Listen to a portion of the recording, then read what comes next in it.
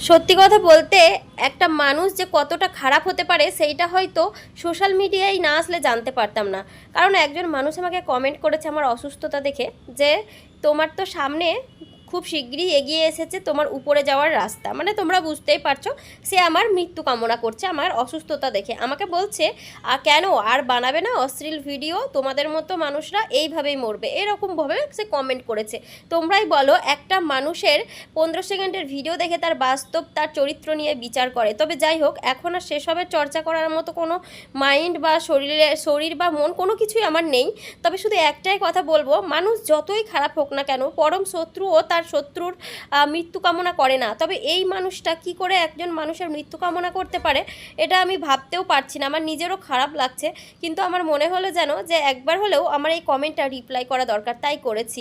আরে বাবা, একটা 15 সেকেন্ডের ভিডিও বানায়, সেখানে সেই ভিডিওটা নিয়ে যদি তার মনে হয় যে এই ভিডিও বানানোর জন্য সে অনেক পাপ কিছু করে ফেলছে, যার জন্য এ অসুস্থ হলেই এ মরে যাবে, এটা কি করে ভাবতে পারে?